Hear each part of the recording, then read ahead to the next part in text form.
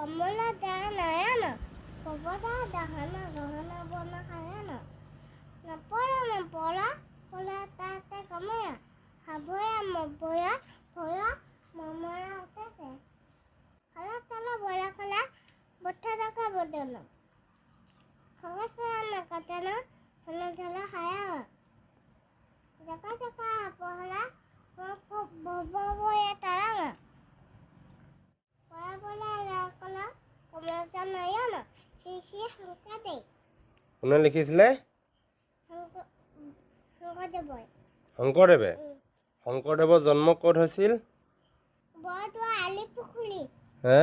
বৰদোৱা আলিপুখুৰী। হয়নে? বৰদোৱা আলিপুখুৰীত। শংকৰদেৱৰ মাকৰ নাম কি আছিলে? সত্যাসন্ধা। আৰু আইতাকৰ নাম কি আছিলে?